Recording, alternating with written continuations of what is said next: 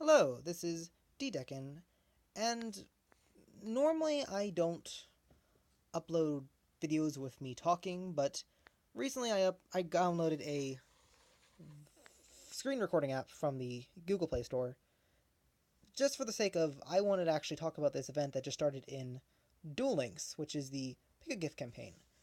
Now, the way this event works is, or campaign, or however I want to call it, is every day when you sign in, the game will prompt you one of three items that you can gain for the day. And among the three items, you get to pick one, and the other two are discarded. It's a very interesting concept, but looking at the list, I'm not sure how much balanced it is. I can admit there's one or two things that are balanced. There's clearly the last day is a joke, but that said, this video is a discussion video. I just want to voice my opinion and see if anyone voices theirs back. But that out of the way, I already did the day one event, and that was for 50 gems, 5,000 gold, or 30 dual orbs. Now, I am a conservative player. I have not dropped a single cent into the game, but I've been playing for almost a year. So that said, looking at this, I obviously went with the 50 gems. Personally, I don't have a lot of high value in terms for gold, considering I currently have about 3 million, and I don't use it as much because I'm trying to save up other things. And as for dual orbs are used to recall duelists back into the duel zone, which is great. I can't talk. Wow. Which is great for grinding, but I don't grind as much. I play a little bit more casual, but I do get on often enough so duelists do spawn back often. So I never really have a point for dual orbs. But again, I can see their point. That said, I think there's too much of a disparity between gems in this first day. So, obviously, I went with gems. As for day two is where things get a little bit more interesting. There's Spiral Spear Strike, Goddess with the Third Eye, and a rare ticket. Now, Goddess Third Eye, I'm a little confused on, because there is currently a lot of other fusion substitutes monsters already existing in the game. Hexsteel Fossil is available in the card trader shop, and many people are already using King of the Swamp. Yeah, I can't talk. That monster that you discard to insert polymerization. Point is, there's a lot of fusion substitutes already existing in the game, and I'm not entirely sure what promoting Goddess is here for. I mean, yes, she's a fairy, and she has 1200 attack. That's very high, and if you're using Ishizu with Fairy Smile, that can be helpful, but I'm not entirely convinced that's the only reason she's up here, so maybe I'm missing something. But there's also Spiral Spear Strike, and Spiral Spear Strike is a level 33 drop for Yamayugi, which I don't believe I've gotten to yet. I'm at like 31 or 30. But it's interesting, to say the least, but I'm not sure if I would pick that or the rare ticket, because a rare ticket can be one of many cards, but I've gotten rare tickets often enough to where, well, I've already accumulated a lot of rares in this list already. There's some I haven't yet, and others I probably need to get one or two extras of, but that out of the way, I have to say for me it's a tough pick between whether to pick Spiral Spear Strike or the rare ticket. But going into day three actually looks a little balanced, and I say a little just because I'm actually a little unsure what to go with here. There's 200 rares, 2 super rares, and 1 ultra rare gems. The way these work is you exchange them with the card trader to potentially get high rarity cards. Now, once again, I'm a little bit more conservative. I've actually saved up a bit more of super rares and ultra rares, and I don't visit the card shop as often. Usually I visit the card shop in mass, is usually when cards are about to be rotated out. I make a point to get as much as I think I'll need, and then go from there. But with that said, I'm a little bit more lenient towards the 200 rares. Yes, I understand you can get a lot of those in grinding, with card trading, with trading out the cards that you get from other duelists. But the reason I'm a little bit more interested in that is lately I've been wanting to add some glossy cards to my deck, which is an option available in the card trader shop. And looking at a glossy ultra rare card I have, I kind of need 2,000 rare gems just to make that a prismatic rare, if I'm remembering that correctly.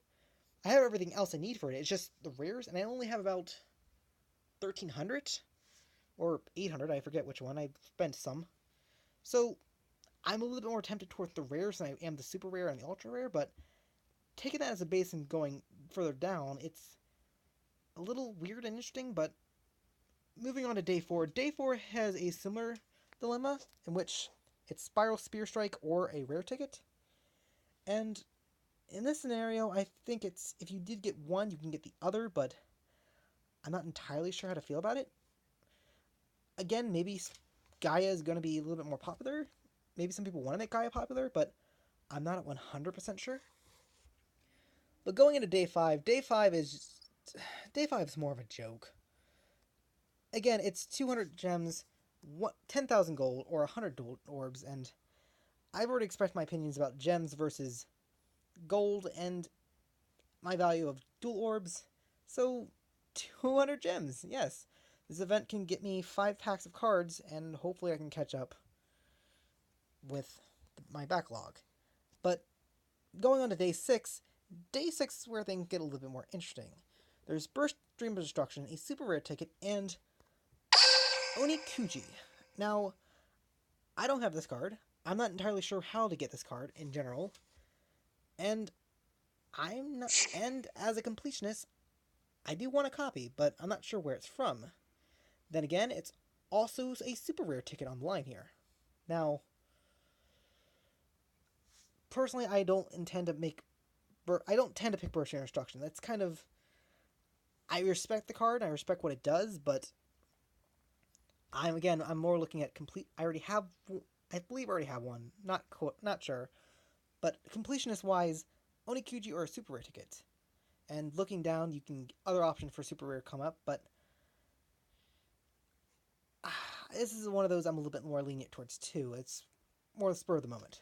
As for day 7, rares, super rares, and ultra rares. But this time, there's a buff.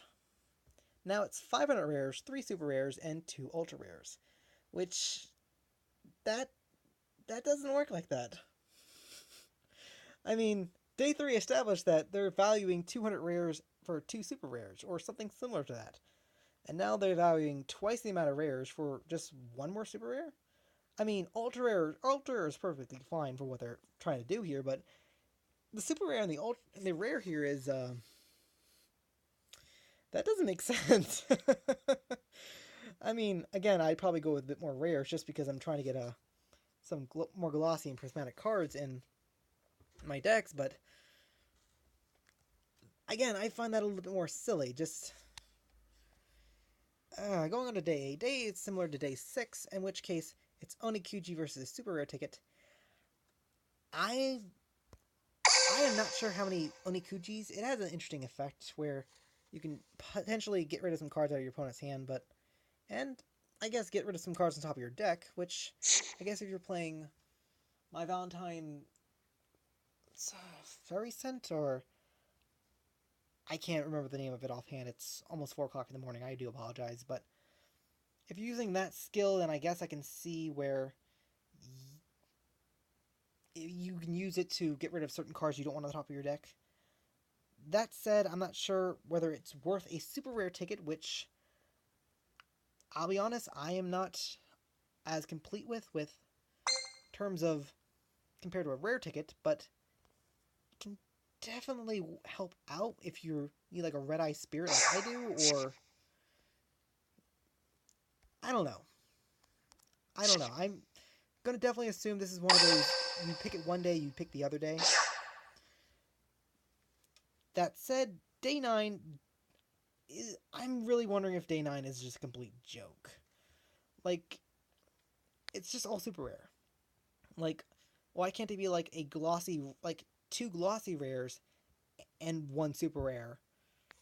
Or just and then gems, or even just a stupid option. Like, a lot of these are two good options and a stupid, either one good option or two good options and a stupid option. But